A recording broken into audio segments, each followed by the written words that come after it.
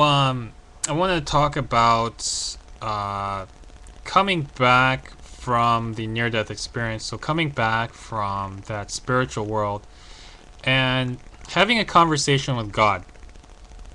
I call it the loving force, but I think I'll just call it God from now on, just because it's the loving force is like two words, and that's a lot of words, and I don't really like to talk that much. So I don't like to say that much. So two words, just no, one word.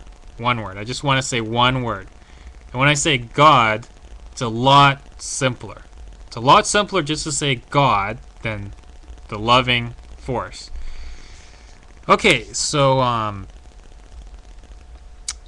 was having this conversation with God, okay?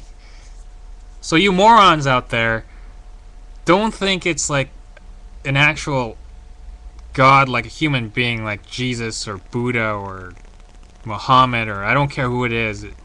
To me, God is like a light, an energy field that encompasses all energy fields. Okay, so anyways, God. So I was having this conversation with God, and it was like a long, drawn-out conversation. So let me just put it to you plainly. When you die, okay, when you die, you will have a conversation with God. And it's not good or bad. It's just a conversation. Like you have a conversation with your mother or your father or whoever. It's just simply a conversation.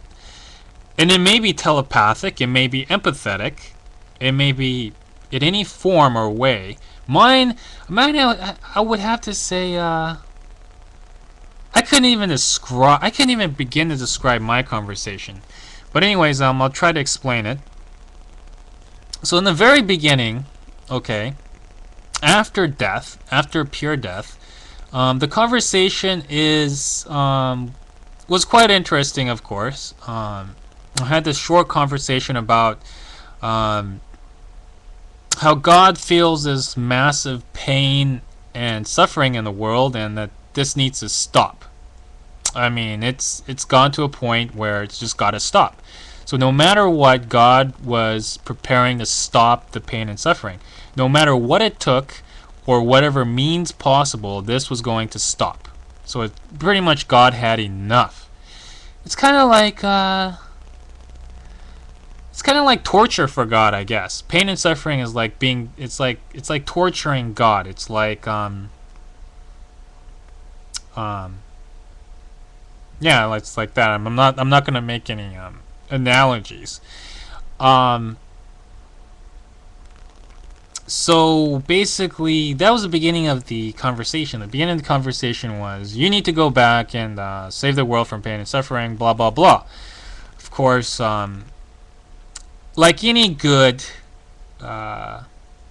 person, I said no. Give the job to someone else, because I'm kind of lazy. I don't really like to do a lot of work. And that sounded like a lot of work. So that was the beginning of the conversation. Actually, before that, the conversation was, I was actually Christian before I died. So I thought I was looking for Jesus, but Jesus wasn't there. It's basically, where God resides is basically, God said it resides within me, within my heart. Which was a big shock. Was a big shock. That was part of the conversation, and then the other parts of the conversation. Now coming back was the most significant conversation. Was coming back from that world to this world. So getting back into my body and then being alive again. So before I actually became alive and became living in this world, the conversation right before that, I mean, it was basically kind of like a mother sees her daughter off to college and says, okay, now, this and this and this, you know what I mean? And it was kind of like that. It was kind of like God seeing me off, back to this world and just kind of giving me some pointers. Kind of like giving me some pointers, giving me some hints and some clues and things like that. And so it was almost like God telling me, okay, you know, if you need, you know, this is how things work, and this is how you'll get out of that world once you're in there, because I won't be able to actually kind of be there to kind of pull you out when the time comes. The first pointer was, if you do go back, it'll be very, very difficult to get back out again. That was the first pointer. But that was the very, very first pointer. The first pointer is very, very difficult to get back out again, if you do decide to go.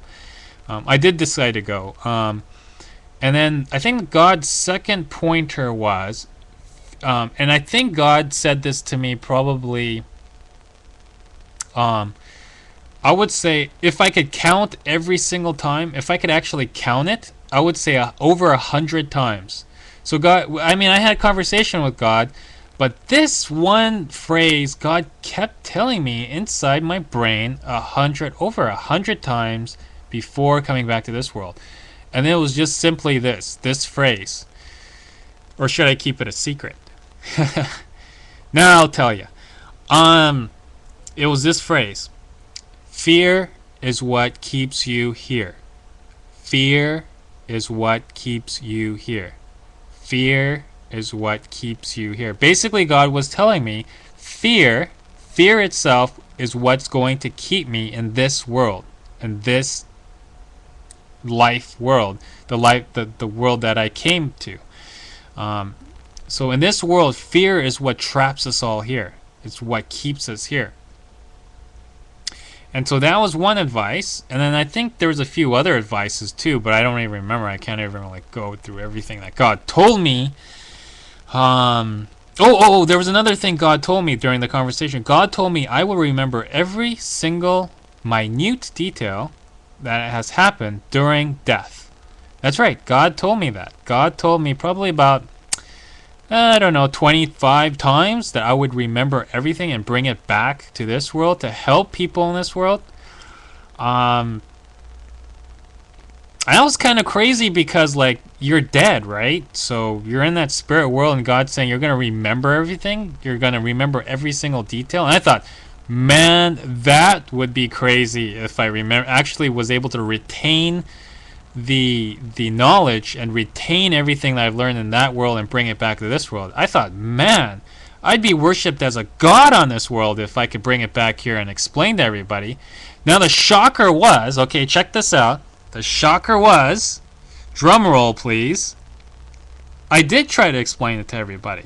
I did try to tell everybody what it's like on that other side and what really the truth is.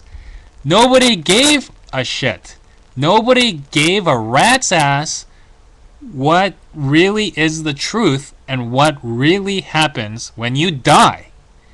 So it doesn't matter if you learn everything and you learn everything that God has to teach you and the whole spirit world and what happens after you die and what you need to learn to live life in this world. Nobody gives a shit because this world isn't motivated by that. It isn't motivated by unconditional love. It's motivated by money, the economy, selfishness, greed, ignorance, and arrogance.